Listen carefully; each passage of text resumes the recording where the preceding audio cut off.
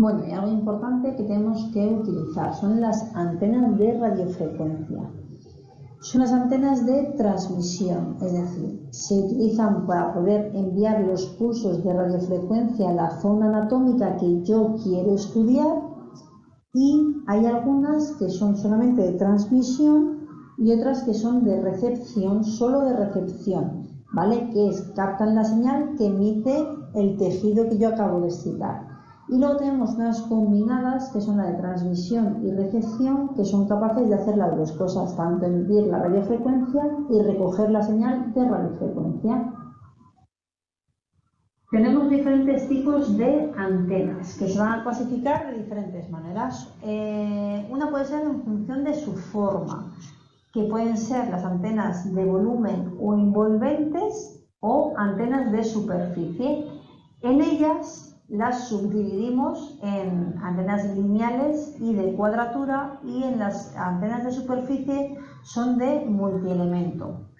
Las antenas de volumen o envolventes rodean normalmente total o parcialmente al paciente.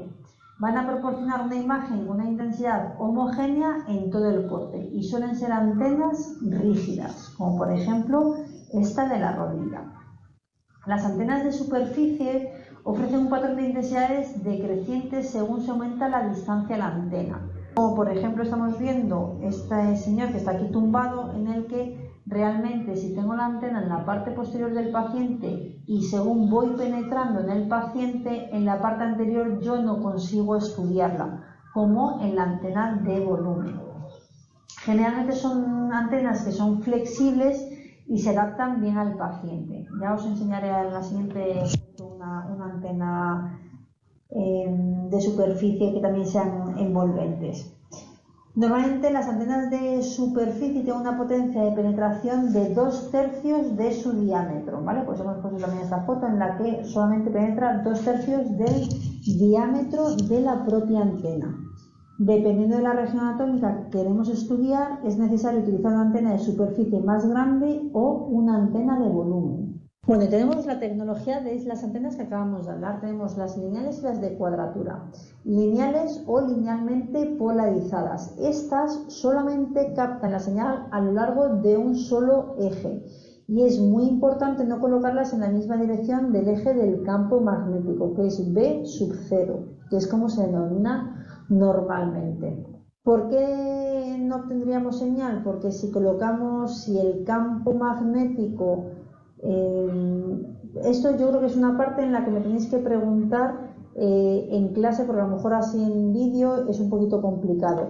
Vamos a poner un ejemplo muy claro, creo que va a ser claro, ¿vale? Entonces, imaginaros, este círculo de esta antena se puede utilizar, por ejemplo, para hacer un hombro, ¿vale? Entonces, imaginaros que si yo coloco esta antena en paralelo al túnel del campo, o sea, de la resonancia, ¿vale? Como la resonancia es un túnel, imaginaros que pongo la antena como si fuese un círculo pequeño, ¿vale? En el interior. Pues entonces no podría obtener señal de esa antena porque está colocado en el mismo eje que el campo magnético. Tendría que colocarlo perpendicular, es decir, que yo solamente viese el canto de la antena para que pudiese funcionar de una manera correcta y homogénea. ¿Vale? Creo que a lo mejor sí que se puede entender, pero si no, lo dibujamos, que es una chorrada. Y luego tenemos las de cuadratura o circularmente polarizadas. Reciben la señal por dos canales, ¿vale? Como si fuesen en dos ejes. De tal manera que la localización espacial de la magnetización se detecta de manera por dos lados, ¿vale? Por eso que son perpendiculares, como si fuesen en dos ejes diferentes.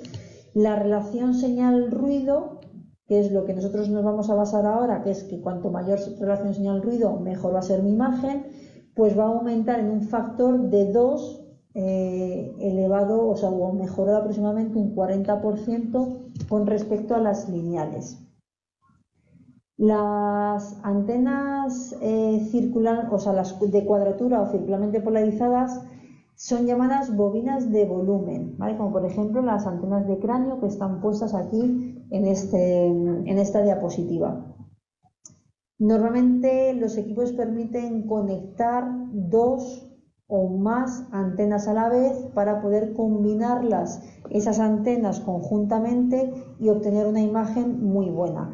Realmente la mayoría de los equipos ya te permiten combinar esas antenas para poder tener mejor definición y relación señal-ruido. Y os explicaré por qué a su debido tiempo. Y os acabo de nombrar así ligeramente las antenas Phased Array, ¿vale? Es una tecnología que no existe desde hace mucho tiempo, bueno, relativamente nueva, yo que sé, bueno, vamos a poner 7, 8 años, que esto avanza luego rápidamente, pero se empezaron a utilizar las antenas denominadas multielemento. En una sola antena, ¿vale? Puedes colocar muchas antenas pequeñas en su interior que combinando 2 o 3 de esos elementos puedes formar una imagen mucho más grande y con muchísima mejor definición. Normalmente se suele utilizar las antenas de columna. Las antenas de columna suelen tener una longitud de entre unos 65 y 75 centímetros, que es lo que por norma general mide nuestra columna, incluso de los más altos a los más bajitos. Y sí que se podría hacer una antena que fuese así de grande, pero provocaría mucho ruido en la imagen, entonces nos bajaría muchísimo la relación señal-ruido. ¿Cómo se soluciona este problema? Colocando muchas bobinas de cuadraturas o circularmente polarizadas con unas dimensiones mucho más pequeñas, con un field of view adecuado. El field of view es el campo de visión, es decir, todo lo que yo puedo ver así sin más, y lo que hacían era ajustar ese field of view, ese campo de visión, lo más ajustado posible, sin realmente sacrificar ni perder relación señal-ruido. A lo mejor en una antena de cervical, dorsal y lumbar tengo 8 antenas en su interior y yo puedo activar las antenas que yo quiera de manera individual para poder estudiar, por ejemplo, solamente el tramo cervical o solamente el tramo dorsal o solamente el tramo lumbar, ¿vale? Si quisiese hacer toda la columna a la vez, puedo ir seleccionando esos tramos de antenas según vaya moviendo la camilla del paciente para poder ir a la cervical, a la dorsal y a la lumbar, y luego formar una única imagen fusionando todas las imágenes y tener una imagen sagital de toda la columna.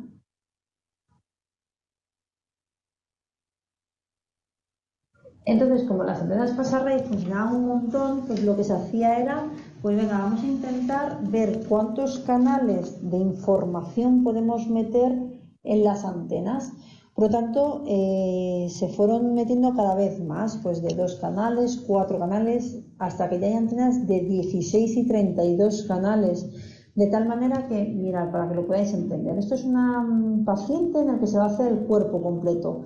Utiliza antena de cráneo cervical, se utilizan antenas de body colocadas por encima del cuerpo y esta es una única antena de miembros inferiores. Y luego está tumbado sobre la antena de columna que abarcará, pues en este caso, pues dorsal, lumbar, bueno, no son tan grandes. Depende también del tamaño del paciente, de la altura, ¿vale? Imaginaros, esta es una imagen coronal del cráneo y nos está simulando que tiene estas antenas, pues que está tanto por abajo como por arriba la antena de cráneo. Entonces, ¿qué es lo que te dice? Que tiene, pues mira, elementos por arriba, elementos por abajo y que tú puedes combinarlos como tú quieras. Hay unas antenas, por ejemplo, en general que se llaman neurovasculares, que podías seleccionar como te marcan esto. Pues yo podría seleccionar este elemento, esto por ejemplo, si esto es posterior y estos anteriores, solamente voy a seleccionar estos elementos, o voy a seleccionar estos elementos, los de arriba y los de abajo, y solamente estos de aquí arriba. En principio, eran antenas muy buenas, una calidad de imagen fantástica, porque cada una de estas son como mini antenas. Entonces, con un field of view determinado, que a lo mejor solamente me estudian esta parte, esta antena me estudiaría esta parte, esta otra antena esta parte.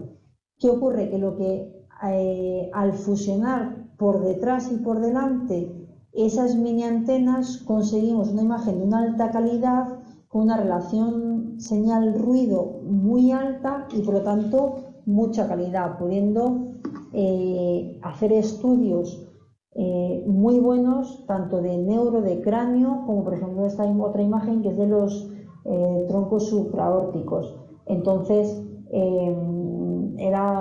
pues ahora mismo son excepcionales, sobre todo las que son relacionadas con neuro, y al final esa combinación de elementos con ese field of view pequeño hacen que la calidad de imagen sea mayor, ¿vale? Y es como se denomina, ¿vale? Son antenas multicanales, y cuanto más canales tengan las antenas significa que mejor calidad de imagen vamos a tener, es proporcional prácticamente. Y que sepáis que existen antenas específicas para cada parte anatómica del cuerpo.